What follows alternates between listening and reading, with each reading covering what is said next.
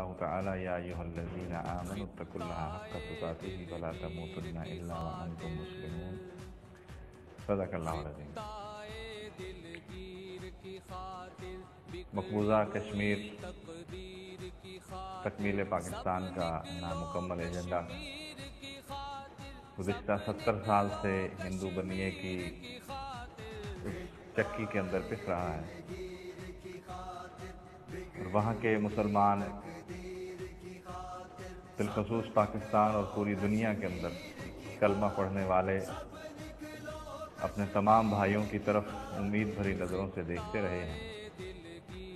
اور گزشتہ 70 سال سے بھارتی ظلم و جبر کا خندہ پیشانی سے نہ صرف وہ مقابلہ کر رہے ہیں، بلکہ جو یہ ننگی جہریت ہندوستان کی طرف سے ان کی فوجوں کی صورت میں نہتھے کشمیریوں کی مال جان اور آبرو کی مسلسل خلاف ورزی اور جوانوں کو شہادت کے رتبے پر فائز کرنا، ان کو اور ان کی ماؤں بہنوں کی آبرو ریزی کرنا 70 سال سے یہ پورا کام جاری ہے، اور اس موقع کے اوپر بڑی جانفشانی سے بڑی محنت سے ان حالات کا نہ صرف مقابلہ کر رہے ہیں، بلکہ اب تو کیفیت یہ ہے کہ گزشتہ 4 ماہ سے وہ ایک ایسی جیل کے اندر بند کر دیے گئے ہیں کہ جہاں نہ ان کے پاس کھانے پینے کا رسد پہنچتا ہے، نہ دوائیاں پہنچتی ہیں، اور ایک قسم پرسی کی کیفیت کے اندر اپنی زندگی گزارنے پر مجبور ہیں۔ اور اس 21ویں صدی کے اندر یہ اتنا بڑا ظلم ہو رہا ہے اور پوری انسانیت اس پر خاموش ہے۔ دنیا کے جتنے ممالک ہیں، بین الاقوامی فورم ہیں، سب اس بات کو جانتے ہیں، اقوام متحدہ کی قرارداد موجود ہے، لیکن بھارت کی ہردرمی اور اس کو کسی نے چیلنج نہیں کیا۔ اور پھر یہ ایک المناک واقعہ اور المناک صورتحال ہمارے اس پاکستان کے ساتھ بھی ہے کہ پاکستان کے جو غیرت مند اور کلمہ پڑھنے والے مسلمانوں کے ساتھ اس خطہ ارض کے اندر موجود ہے، لیکن ان شہروں کے اوپر ایسے بزدل حکمران مسلط کر دیے گئے ہیں کہ جن کی غیرت اور حمیت جو ہے وہ جوش میں ہی نہیں آتی۔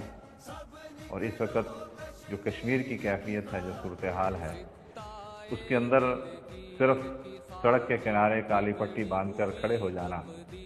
اور یہ تصور کرنا کہ اس کے ذریعے سے ان مظلوموں کی داد رسی ہوگی، وہ گویا الٹا ان کے زخموں پر نمک چھڑکنے کے برابر ہے۔ جماعت اسلامی پاکستان کہ جو ہمیشہ سے پاکستان کی نظریاتی اور جغرافیائی سرحدوں کی حفاظت کرتی آئی ہے،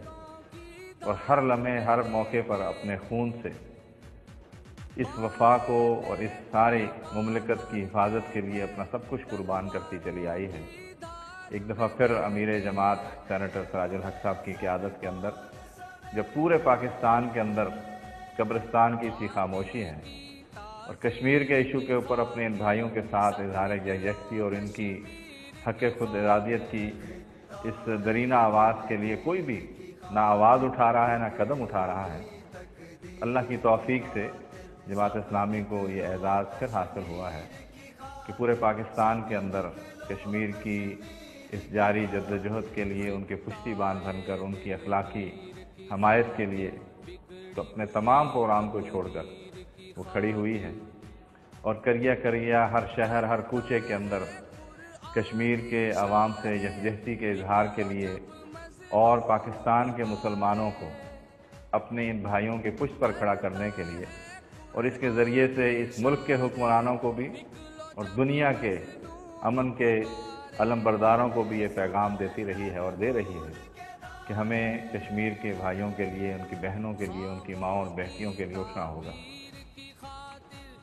اس وقت جو امیر جماعت نے یہ اعلان کیا ہے کہ 22 دسمبر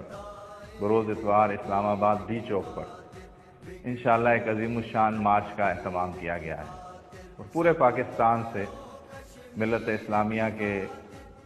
اور محمد کے غلام صلی اللہ علیہ وسلم اسلام آباد کی طرف پہنچیں گے، اور وہاں مارچ کیا جائے گا، اور اسلام آباد کے ایوانوں کو بھی اور بین الاقوامی منڈیوں کے اندر بیٹھنے والے ساہوکاروں کو بھی یہ پیغام دیا جائے گا کہ ہم کشمیری عوام کے ساتھ ہیں، اور اس وقت تک ہم یہ جد و جہد اور اپنا احتجاج بلند کرتے رہیں گے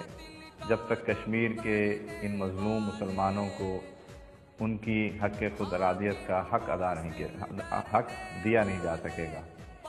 تو میں اہلیانہ بہاولپور، جو ہمیشہ سے پاکستان کی تاریخ کے اندر بھی اور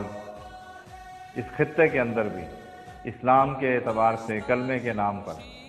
اٹھنے والی ہر تحریک کا ہر اول دستہ رہے ہیں، میں اہلیانہ بہاولپور کو یہ دعوت دیتا ہوں کہ آپ نکلیں، اٹھیں اور ہمارے ساتھ اس مارچ کے اندر شریک ہوں اور اپنے اس حق اور اس فریضے کو سر انجام دینے کی کوشش کریں۔